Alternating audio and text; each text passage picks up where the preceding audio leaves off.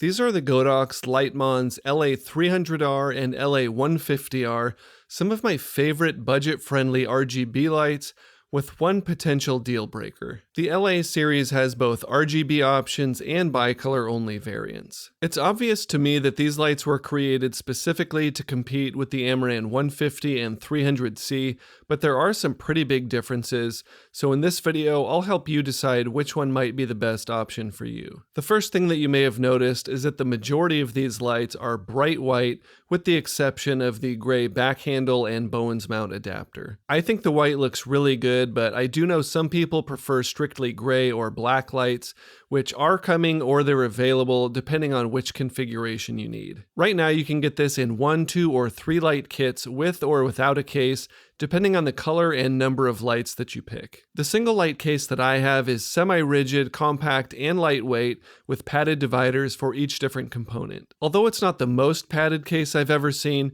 it'll do you just fine as long as you're not throwing your things around all willy-nilly. I know a lot of people despise the styrofoam style cases that come with the Amaran lights, and although I personally don't have a problem with them, the more traditional cases that come with these lights might be a big enough selling point if you're one of those haters. The LA series lights are mostly plastic, but the mounting yoke itself is made of metal and is very sturdy. It has a built-in umbrella holder as well as a semi-ratcheting style angle adjustment tightening handle that works exceptionally well to avoid any sagging, even with heavier modifiers. The top and bottom of these lights have a honeycomb grid to allow for better airflow, and inside is a large heatsink and fan for heat dissipation.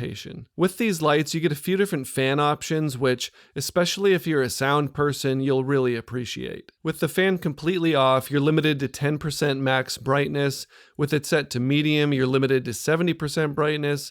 And with the fan set to max, you obviously have no brightness limit. And when it's set to auto, it'll adjust automatically based on the temperature of the light. Now, you might wonder why you would set it to max, which has it running at full speed all of the time instead of auto. If you plan to capture room tone for noise reduction later in post-production, it's just easier and more effective when you have a constant sound going instead of one that changes pitch or volume while you're recording. With all that said, when the fan is set to medium, it's pretty much inaudible unless you're like a foot away, and even when it's set to high, it's a very low-pitched, quiet sound, so it shouldn't affect your audio at all in regular scenario. On the back of the light, you'll find an analog power switch as well as a 48-volt XLR power input port. That means you can run these lights off of a battery station like the Godox DBP-V or anything else that supports the proper voltage. You'll also see 3 buttons and a single knob for control, a full-color screen, as well as an NFC logo, which I'll get to later. On the bottom is also a little hidden USB-A port for firmware upgrades. You can adjust the color temperature on these lights from 1800 to 10,000 Kelvin in increments of 100,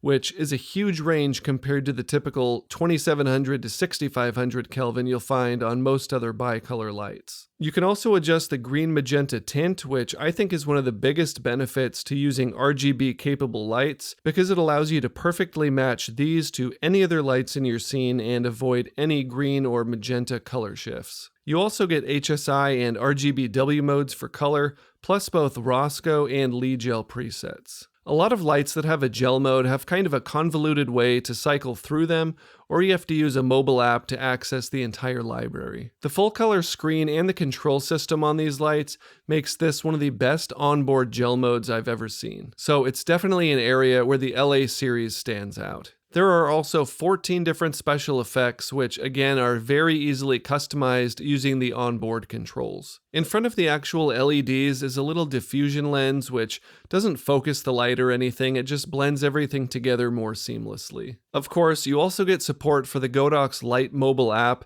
as well as one other small surprise. With the built-in NFC chip, you can more quickly add lights by holding your device near the NFC logo, instead of going through the usual Bluetooth process, which can sometimes be finicky no matter what brand you're using. One small thing that bothers me about these lights is that the cable that goes from the wall into the AC brick is too short. The AC adapter does have a hanging cable, so they know you're going to probably hang this thing on your light stand. The cable is so short that your light stand either has to be right against the wall, or you're going to have to set the AC brick on the floor. It is a standard cable, so it's easy enough to get a longer one if you want, but it's just such an easy fix on their end. Besides that, up to this point, I really like everything about these lights, but that brings me to what most people might consider their biggest flaw. I tested my Godox Litemons LA300 and 150R with my Sekonic C800 and got the following results. With the LA150R set to 3200 Kelvin, I got an actual CCT of 3212 Kelvin,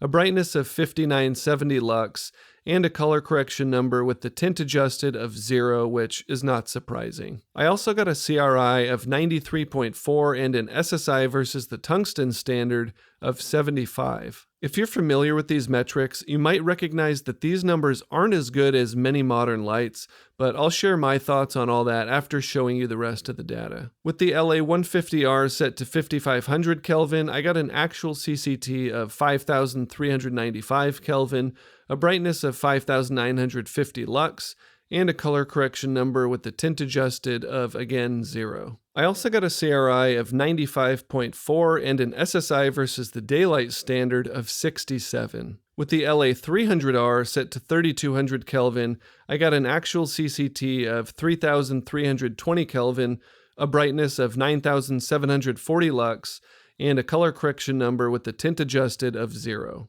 I also got a CRI of 96.9 and an SSI versus the tungsten standard of 78. With the LA300R set to 5500 Kelvin, I got an actual CCT of 5472 Kelvin, a brightness of 8510 lux, and a color correction number with the tint adjusted of 0. I also got a CRI of 96.1 and an SSI versus the daylight standard of 69. On the plus side, the CCT is very accurate to what the screen says, and the tint adjustment is very granular and effective. It's also very important to note that the color modes on these lights are much brighter than their competitors. It was too much to include all the individual red, green, and blue measurements for both of these lights and some other ones in a single video. But as an example, the red LED brightness on the LA150R is 4 times or 2 full stops brighter than the Amaran 150C. So if color output is your main priority, these lights should be at the top of your list. On the downside, the color accuracy in CCT mode is not as good as most other lights. I thought it might be a batch issue or an issue with a specific light,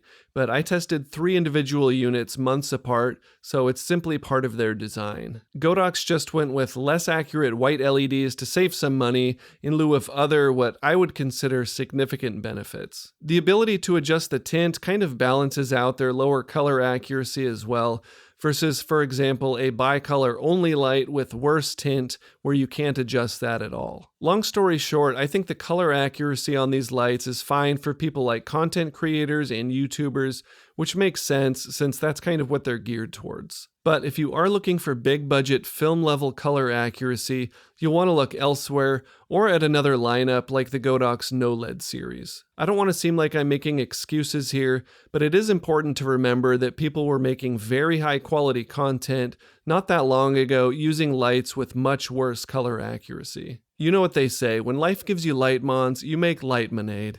I'll see myself out.